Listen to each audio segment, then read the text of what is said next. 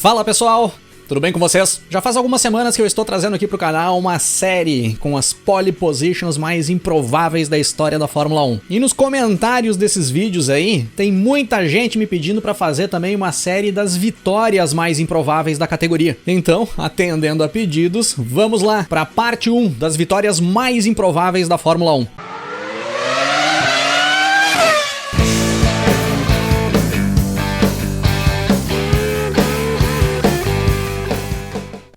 O nosso top 5 de hoje começa pelo Grande Prêmio da Áustria de 1975, realizado no circuito de Österreich, em Spielberg, o atual Red Bull Ring. Briga para andar na frente ali naquela temporada era entre Ferrari e McLaren. O Emerson Fittipaldi da McLaren era o atual campeão mundial, tinha como principal adversário ali em 75 o austríaco Niki Lauda da Ferrari. Brabham e Tyrrell corriam por fora, e quem ficava bem para trás no decorrer do campeonato era a March, principalmente por conta da inconsistência nos carros, que quebravam demais, e inconsistência dos pilotos também, que vinham cometendo erros com frequência. E quem estava por ali, na marcha, em 1975, era o italiano Vittorio Brambilla, que era apelidado de o Gorila de Monza. O Brambilla aí na Áustria alinha na 8ª posição no grid. Não era uma posição de largada ruim, mas todo mundo esperava que na corrida, no domingo, a tendência era andar para trás no pelotão. Só que aí, em uma corrida com muita chuva ali na Áustria, o Vittorio Brambilla começa a impressionar todo mundo conforme vai escalando o pelotão, ultrapassando um a um na pista,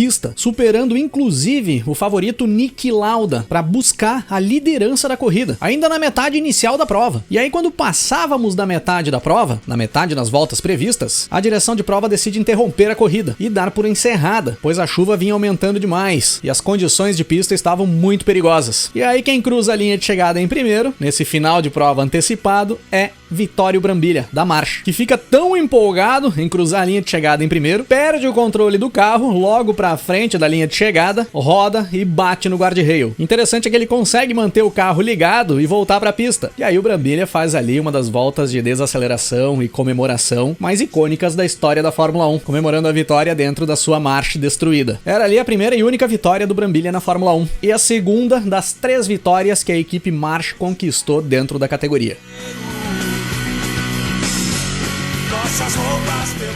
A temporada de 1977 iniciava no embalo do que tinha sido a temporada de 76. Todo mundo estava esperando ali para ver como seria a continuação do duelo entre o inglês James Hunt da McLaren e o austríaco Niki Lauda da Ferrari, visto que em 76, quando esse duelo estava acirrado, o Lauda acabou sofrendo o seu grave acidente no Grande Prêmio da Alemanha de 76, ficou fora de algumas provas e o James Hunt acabou levando o título mundial no final da temporada. Então em 77 todos os olhares voltados para Ferrari e McLaren, todo mundo esperando a revanche do Lauda. A Tyrrell e a Lotus também estavam no páreo, andando ali mais pra frente. E estreando na Fórmula 1, ali no Grande Prêmio da Argentina de 1977, a primeira etapa da temporada, nós tínhamos a equipe Wolff, uma equipe canadense fundada pelo seu Walter Wolff, após o Wolff comprar parte da Frank Williams Racing Cars. E no carro da Wolff, o único da equipe alinhado no grid ali, na primeira etapa do ano, nós tínhamos o já experiente sul-africano Jody Scheckter, piloto que já vinha andando há um tempo dentro da categoria e já tinha buscado vitórias. Pro grid de largada do Grande Prêmio da Argentina, Jody Scheckter na 17ª posição. Uma posição normal para uma equipe que estreava na categoria ali naquele ano. E aí, com uma corrida extremamente conturbada, onde foi basicamente um teste de resistência aos pilotos, o Scheckter vai escalando o pelotão de forma surpreendente. Consegue conduzir melhor esse teste de resistência em relação aos demais pilotos. Assume a primeira posição da corrida, já na reta final da etapa, e vence o Grande Prêmio da Argentina de 1977. Era o primeiro Grande Prêmio disputado pela equipe Wolff, com o primeiro pódio conquistado pelo Wolff e a primeira vitória da Wolff na Fórmula 1. Isso só tinha acontecido até então com o argentino Juan Manuel Fangio em 1954, na estreia da Mercedes na categoria. A Mercedes venceu na estreia. E na primeira etapa da história da Fórmula 1, lá em 1950, em Silverstone, quando o italiano Giuseppe Farina venceu com a Alfa Romeo. Era ali a 5ª vitória do Jody Scheckter na Fórmula 1, que ainda seria campeão mundial dentro da categoria. E fica um destaque para esse Grande Prêmio da Argentina de 77, que foi ali onde o brasileiro José Carlos Paty conquistou seu último pódio na Fórmula 1. O Paty chegou na 2ª posição e o Emerson Fittipaldi cruzou a linha de chegada na 4ª posição com a Copersucar. Era até então o melhor resultado da história da Copersucar na Fórmula 1. Outra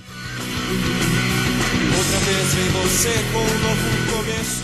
Em 1992 nós presenciávamos um grande domínio da Williams, principalmente com o inglês Nigel Mansell pilotando. O inglês vinha arrematando tudo. Nas 5 primeiras etapas da temporada, 5 vitórias do Mansell com a Williams. Buscava ali o recorde de maior número de vitórias consecutivas em inícios de temporada na Fórmula 1. Ninguém tinha conseguido vencer as 5 primeiras etapas até então. Mais atrás das Williams nós tínhamos a McLaren e a Benetton brigando para ser a segunda força, mas era o máximo que dava para fazer. A distância de desempenho para as duas equipes para Williams era enorme. E aí na 6ª etapa da temporada nós tínhamos o Grande Prêmio de Mônaco. Pro grid de largada, as duas Williams na ponta. O inglês Nigel Mansell em primeiro, o seu companheiro de equipe, o italiano Riccardo Patrese, na segunda posição. O brasileiro Ayrton Senna com a McLaren conseguiu alinhar em terceiro. Todo mundo sabe que ultrapassar em Mônaco é extremamente complicado, principalmente se tu tem na tua frente carros bons. O Senna largava exatamente atrás dos 2 melhores carros da Fórmula 1 ali daquele ano. Só que na largada o Senna já consegue superar o Riccardo Patrese, deixa o italiano para trás. Tínhamos o Mansell em primeiro com o Senna em segundo.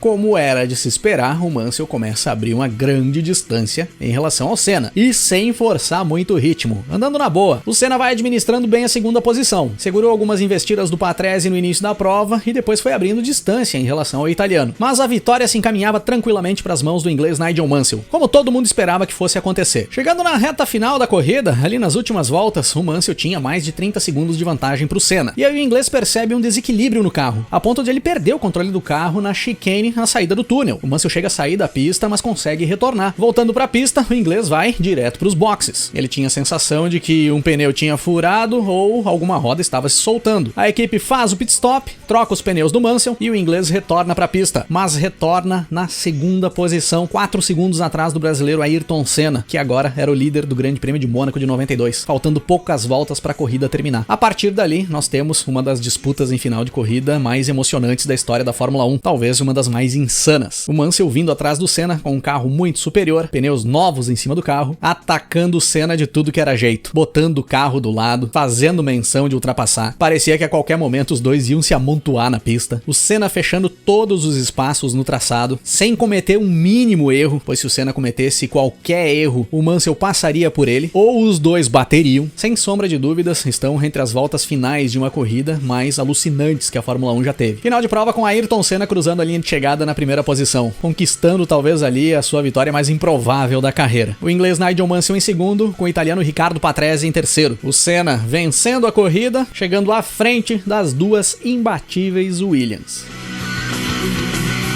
Outra vez vem você com um novo começo. De Mônaco para Mônaco, de 1992 para 1996. Chuva no Principado e uma corrida caótica. Naquela época, se tinha chuva e tinha Schumacher na pista, todas as apostas iriam para o alemão. Ou então para as fortes Williams ali de 96, capitaneadas pelo inglês Damon Hill, que era o favorito a levar o título mundial ali da temporada. O que ninguém apostaria é que um francês, correndo por uma equipe francesa, largando da 14ª posição no grid, pudesse vencer a corrida. Olivier Panis, da Ligier, em uma pista onde as ultrapassagens já são difíceis ao natural. Com chuva e muitos enroscos rolando pela pista, todo mundo imaginava que o Panis seria mais um que ficaria pelo meio do caminho. Só que o francês ia observando um a um os pilotos e os carros que iam abandonando a corrida, enquanto ele se mantinha por ali, firme e forte, em uma prova onde apenas 3 carros conseguiram receber a bandeirada no final. O Olivier Panis recebe a bandeira quadriculada na primeira posição. Única vitória do Panis na Fórmula 1. Última vitória da Ligier na Fórmula 1. E a última vitória de um francês dentro da categoria por um longo período de tempo.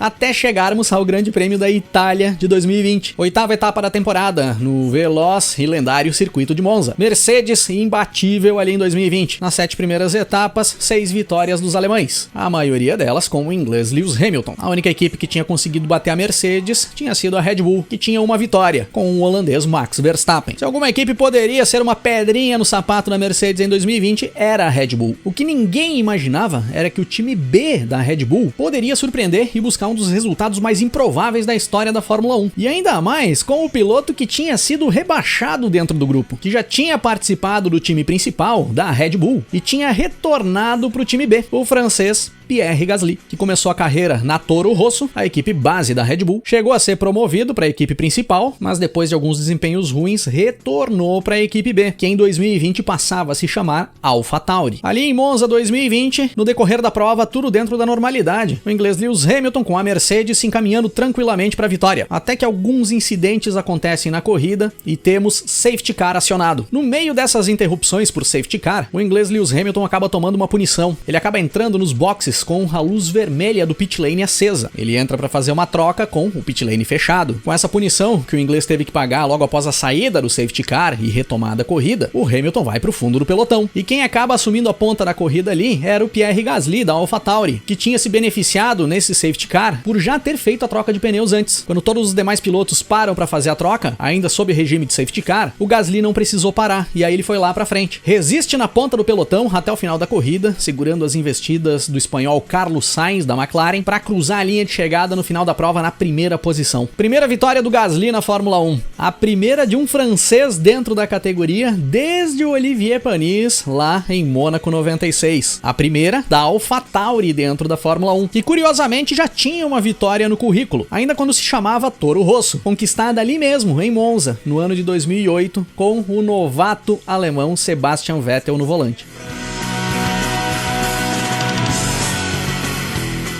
E como vocês já sabem, agora é com vocês. Deixem aí nos comentários outras sugestões de vitórias improváveis que nós tivemos no decorrer da história da Fórmula 1, para eu seguir trazendo aqui nas próximas semanas outros episódios dando sequência a essa série aqui no canal. Com certeza tem muitas vitórias improváveis para trazermos por aí. Como sempre, valeu por ter assistido o vídeo. Se curtiu, não esquece de deixar o like aí para nós. Compartilhe o vídeo com a galera nos grupos que você participa e nós vamos nos falando na sequência. Grande abraço para todo mundo. Até mais. Eu aprendo com você, respeito tua escolha. Até pensando bem, acho que é melhor. Os pequenos contratempos eu não levo a sério.